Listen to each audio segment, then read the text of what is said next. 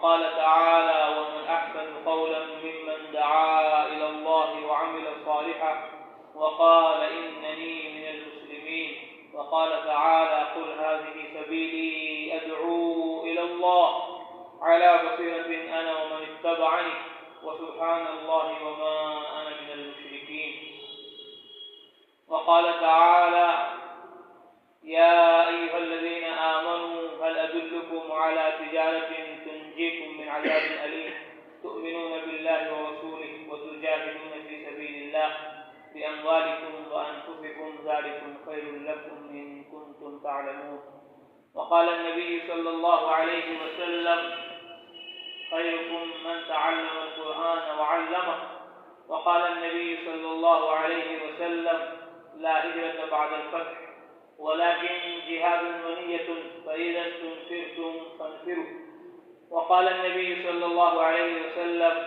من جاء مسجدي هذا لم يأته إلا بخير يتعلمه أو يعلمه فهو بمنزلة المجاهد في سبيل الله ومن جاء لغير ذلك فهو بمنزلة الرجل ينظر إلى متاع غيره وقال النبي صلى الله عليه وسلم الغدو والرواح إلى المساجد من الجهاد في سبيل الله أو كما قال رسول الله صلی اللہ علیہ وسلم۔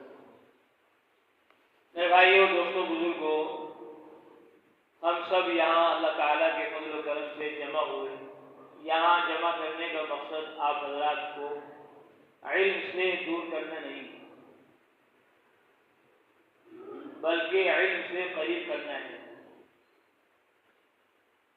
شیطان آتا ہے اور کہتے ہوئے تبلیغ میں جائیں گے تو علم کا نقصان ہو جائے گا، نہیں۔ حضرت مولانا الیاس صاحب رحمۃ اللہ علیہ جن کی برکت سے آج ہم یہاں جمع ہیں اور پوری دنیا میں جماعتیں گشت کر رہی ہیں، کیا مردوں کی جماعت، کیا مستورات کی جماعت، کیا علماء کی جماعت، کیا طلباء کی جماعت، کیا دیہات، کیا شہر، کیا عرب، کیا عجم، پوری دنیا نقل و حرکت میں چلت پھرت میں۔ حضرت مولانا الیاس صاحب رحمۃ اللہ علیہ فرماتے تھے میری اس تبلیغ سے، میری اس دعوت سے، میری اس نقل و حرکت چلت پھرت سے، میرے اس جوڑ اور اجتماع سے علم کو ذرہ برابر ٹھیس پہنچے، میرے لیے یہ خسران عظیم ہے، میرے لیے یہ بڑے نقصان کا سودا ہے کہ میری تبلیغ سے، تعلیم سے دوری ہو جائے۔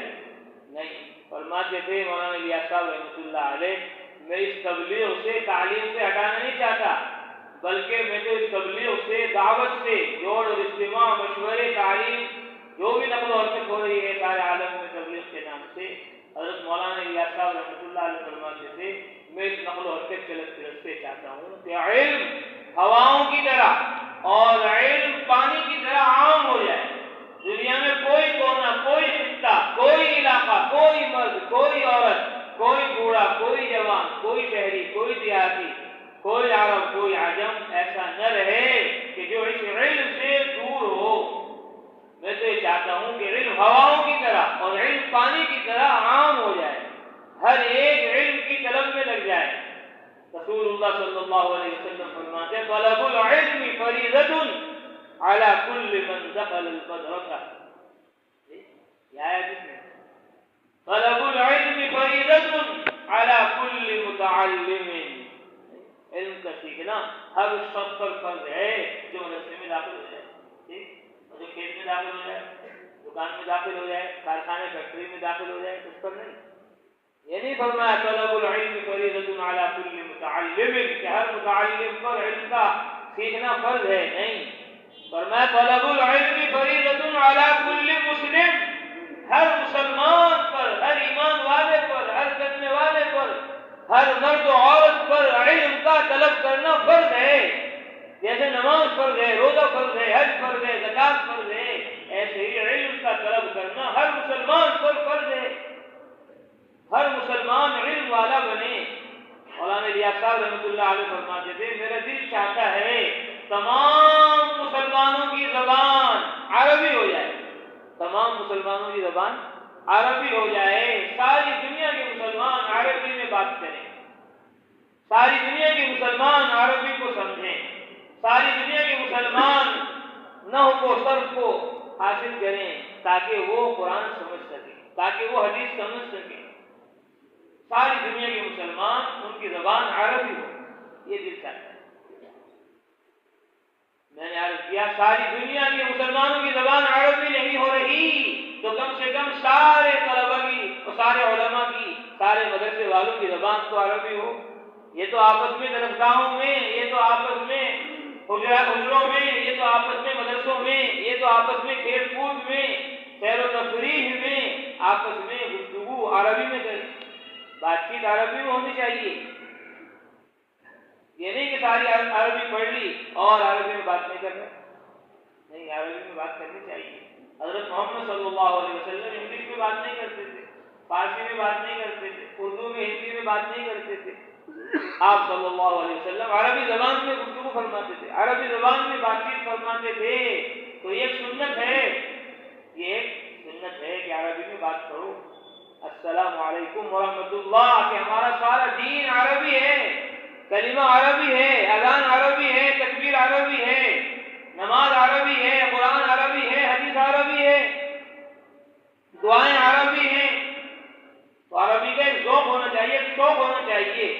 یہ نہیں کہ جب ہم فارغ ہو جائیں گے تب عربی میں بات کریں گے. نہیں، ابھی سے میزان سے ہی بات ہونی چاہیے شروع، قافیے سے ہی بات شروع ہونی چاہیے، شب جامی سے ہی بات شروع ہونی چاہیے، مختصر المعانی سے ہی بات شروع ہونی چاہیے. ہم نے ساری عربی کو اردو میں کر دیا، ہم نے ساری عربی کو کیا کر دیا؟ اردو میں کر دیا کہ بھئی یہ بھی شرح لاؤ، وہ بھی شرح لاؤ. شرح دیکھو، کیا دیکھو؟ شرح دیکھو. سارا قرآن، ساری حدیث کے سب کو اردو میں ہو گئی. اب باہر جا رہے ہیں عرب میں تو مشکلات پیش آ رہی. اب دوسرے سال کی جماعت جاری، علماء کی، علماء ہیں، 8 سال مدرسے میں لگے، 10 سال مدرسے میں لگے، 20 سال 25 سال مدرسے میں لگے، لیکن 2-3 بات عربی میں کرنا مشکل ہو گئی. کیوں؟ تو ہم نے اپنے دوستوں کو، ساتھیوں کو جو ہمارے ساتھ تھے ابھی مکہ المکرمہ میں جماعت میں دوسرے سال میں، اور مدینہ منورہ میں، لبنان میں، اردن میں، اور قطر میں، دبئی میں، کویت میں، بحرین میں، عرب ملکوں میں جہاں ہماری جماعت گئی، ہمارے ساتھ ساتھی تھے، ہم سے کہتے تھے بار بار کہ بھائی ہم نے ساری عربی کو بنگلہ میں کر دیا. اور سارے ساتھی بنگلہ کے تھے ہمارے ساتھ، وہ ساری عربی بنگلہ میں کر دی، سارا قرآن، ساری حدیث بنگلہ میں کر دیا. ساری زندگی وہاں بنگلہ میں بولتے رہے. اب یہاں مشکل پیش آ رہی ہے عربی میں بات کرتے ہوئے. کوئی مولانا ہے، کوئی بات نہیں ہو رہی عربی میں. کیوں؟ کیونکہ اس کی مشق نہیں کی. اس لیے دوران تعلیم ہی ہمیں اس کی مشق کرنی چاہیے. حضرت مولانا الیاس صاحب رحمۃ اللہ علیہ نے حضرت مولانا ابو الحسن علی میاں ندوی رحمۃ اللہ علیہ کو خط لکھا اور فرمایا میرا دل چاہتا ہے کہ آپ عربی گفتگو کو طلبا کے اندر زندہ کریں. حضرت مولانا الیاس صاحب رحمۃ اللہ علیہ حضرت نے خط لکھا کہ حضرت میں نے اپنے طلبا سے کہہ دیا کہ تمہیں آپس میں درسگاہوں میں، آپس میں کمروں میں عربی میں بات کرنی ہے. خاص طور پر جب ہم جماعت میں نکلیں گے 24 گھنٹے کی، اور جب ہم جماعت میں جائیں گے 3 دن کی، اور جب ہم جماعت میں جائیں گے چلے کی، تو ہم وہاں ضرور عربی میں بات کریں گے. مولانا الیاس صاحب رحمۃ اللہ علیہ کو خط لکھا تو حضرت بہت خوش ہوئے، کہ بہت خوشی ہوئی کہ آپ نے اس کی فکر فرمائی کہ طلبا کو بچپن سے ہی دوران تعلیم ہی ان کو مشق کرنے کی فکر دلائی. تو ہمیں اس کی مشق کرنی چاہیے ابھی سے، کیونکہ بولنے کی مشق الگ ہے، پڑھنے کی مشق الگ ہے، اور لکھنے کی مشق الگ ہے. ایک جماعت آئی ہوئی تھی بیرون کی، تو میں بیٹھا ہوا تھا، حضرت مولانا طلحہ صاحب رحمۃ اللہ علیہ، شیخ زکریا رحمۃ اللہ علیہ کے صاحبزادے، تو وہ عربی میں بات کر رہے تھے مہمان، اور میں ان کا ترجمہ کر رہا تھا. پھر حضرت اردو میں کر رہے تھے، میں عربی میں ترجمہ عرب کو کر رہا تھا. حضرت مولانا عاقل صاحب رحمۃ اللہ علیہ، شیخ الحدیث مظاہر العلوم سہارنپور، حضرت شیخ الحدیث رحمۃ اللہ علیہ کے داماد، وہ بھی تشریف فرما تھے. بات پوری ہو گئی، پھر وہ مہمان حضرت کے گھر گئے، میں بھی ساتھ چلا گیا. تو مولانا نے مجھے کہا کہ وہی ماشاء اللہ آپ تو بہت اچھی اردو بولتے ہیں. انہوں نے سمجھا شاید یہ بھی عربی آتی ہے کوئی، کہ آپ تو بہت اچھی اردو بولتے ہیں. میں نے کہا جی میں تو یہیں کا رہنے والا ہوں. کہاں کے؟ میں نے کہا گنگو کا. اچھا ماشاء اللہ.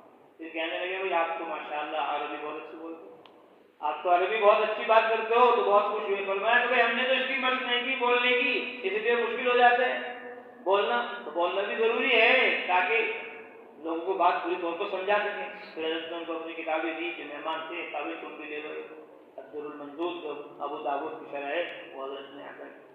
تو بہرحال مقصد عرض کرنے کا یہ ہے کہ ہم دوران تعلیم ہی اس کی مشق کریں تاکہ سارے عالم کو ہم اللہ کی طرف بلا سکیں، سارے عالم کو ہم رسول اللہ کی طرف بلا سکیں، سارے عالم کو ہم آخرت کی طرف متوجہ کر سکیں. لوگ کہہ رہے ہیں کہ میں ساری دنیا کے اندر انگلش بولی جاتی ہے. نہیں، ساری دنیا میں عربی بولی جاتی ہے.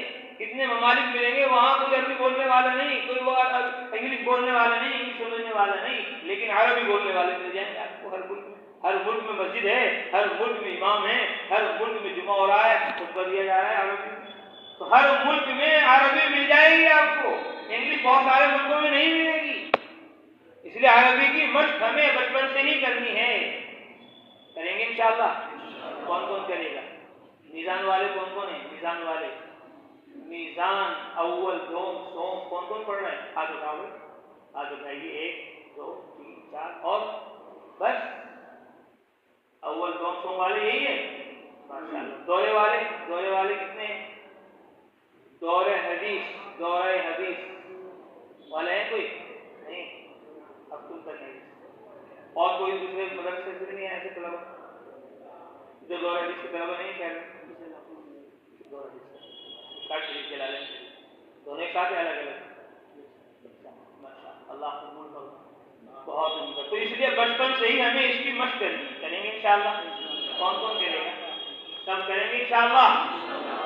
تو شیطان کہتے ہیں کہ تبلیغ والے تعلیم سے دور کر دیں گے ہمیں، نہیں، تبلیغ والے تعلیم سے دور نہیں کر رہے، تبلیغ والے تعلیم سے قریب کر رہے ہیں۔ مدرسے والوں نے چھٹی کر دی بھائی جمعرات میں چلے جاؤ گھر، جمعہ ہے گھر چلے جاؤ، لیکن تبلیغ والوں نے کہا نہیں بھائی گھر نہیں جانا ہے آپ کو جامع مسجد میں، جامعہ رحمانیہ میں آنا ہے، وہاں آپ کا جوڑ ہے، جوڑ منگل کو نہیں کیا گیا، بدھ کو نہیں کیا گیا، اتوار و پیر کو نہیں کیا گیا، جمعرات جمعے کو کیا گیا، چھٹی کا وقت۔ حضرت مولانا الیاس صاحب رحمۃ اللہ علیہ فرماتے تھے کہ طلباء سے، علماء سے ہم یہ کہتے ہیں کہ وہ اپنے تفریح کے اوقات کو، اپنی راحت اور آرام کے اوقات کو تبلیغ کے اوقات بنائیں، تفریح کے اوقات کو وہ تبلیغ کے اوقات بنا دیں۔ ہمیں طلباء علماء کی تعلیم کا وقت نہیں چاہیے، ہمیں طلباء علماء کی چھٹی کا وقت چاہیے۔ تو جو آپ کو چھٹی کے اندر بھی پڑھا رہے ہیں، اب مولانا کتنی ساری قرآن کی آیتیں پڑھ کر آپ کو سنائی، کتنی ساری حدیثیں پڑھ کر آپ کو سنائی، ابھی بیان چل رہا ہے، ابھی کتنی آیتیں پڑھی جائیں گی، کتنی حدیثیں سنائی جائیں گی آپ کو، تو آپ کو جو چھٹی میں بھی پڑھا رہے ہیں تو وہ کیسے کہہ دیں گے کہ آپ دوران تعلیم کا نقصان کر دو؟ نہیں، آپ کو تو غیر حاضری سے تو بچنا ہی ہے، آپ کو دیر حاضری سے بھی بچنا ہے، اور عربی بولنے کی ابھی سے مشق کرنی ہے کہ جتنا ہمارا تعلق نحو سے ہو جائے گا، صرف سے ہو جائے گا، اور ہمارا تعلق عربی سے ہو جائے گا، اتنا ہی قرآن کا سمجھنا، حدیث کا سمجھنا اور اس پر عمل کرنا اور اس کو ساری دنیا کو سمجھانا ہمارے لیے آسان ہو جائے گا۔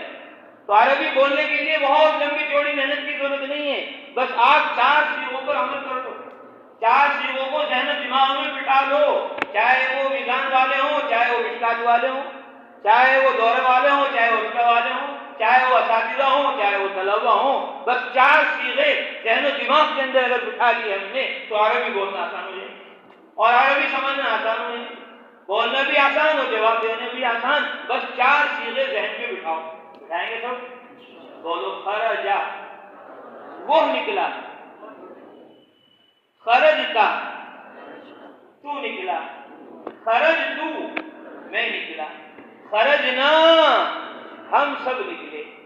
بس یہ 4 صیغے ماضی کے آپ یاد رکھ لو، ہر مصدر کے، خرجا، اکلا، شریبا، سمعا، بینا، ہر مصدر کا یہ پہلا صیغہ یاد رکھو، اور پھر دوسرا خرجتا تو نکلا، اکلتا، شریبتا، دخلتا، یہ سب یاد رکھ لو، ہر مصدر کا یہ صیغہ یاد رکھو، خرجتا، اور تیسرا صیغہ خرجتو، میں نکلا، شریبتو، اکلتو، سمعتو، اور چوتھا صیغہ خرجنا، ہم سب نکلے، ہم سب نکلے۔ یہ 4 صیغے آپ کے یاد ہو گئے ماضی کے، اور 4 صیغے آپ یاد کر لو مضارع کے، یخرجو وہ نکلتا ہے یا نکلے گا، تخرجو تو نکلتا ہے، اخرجو میں نکلتا ہوں، نخرجو ہم سب نکلتے ہیں، بس یہ 4 صیغے